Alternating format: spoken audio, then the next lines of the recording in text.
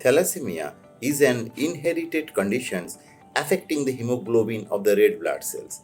There are different types of the thalassemia, vary from a mild with the no symptoms to a serious or the life-threatening conditions. Over 10,000 children are born with the thalassemia in every year in our country.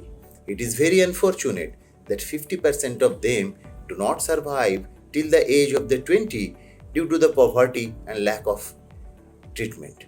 Over 4 millions are the thalassemia carriers and more than 1 lakh are the patients. The main types of the thalassemia are the alpha thalassemia and the beta thalassemia, depending the type of the hemoglobin gene is affected and which of the hemoglobin chain is faulty. For example, a person with the beta thalassemia major has two abnormal beta thalassemia gene which results abnormal hemoglobin, and it causes severe anemia starting around the age of 4 to 6 months.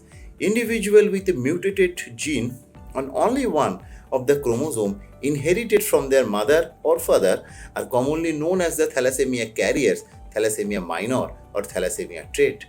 They do not manifest any clinical symptoms and do not require medical treatment or regular follow-up.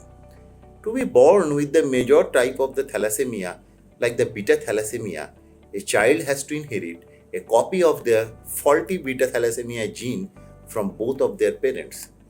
Thalassemia can be prevented by screening of the thalassemia carrier, and our government and several NGOs are doing it in each part of our country. But still, people are hesitating for doing the screening test due to lack of the awareness. So developing awareness among the school and college students and at the large populations, it is a very much required thing for us.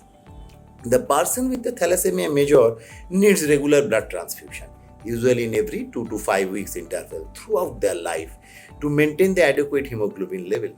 Blood transfusion is a double-edged sword for them.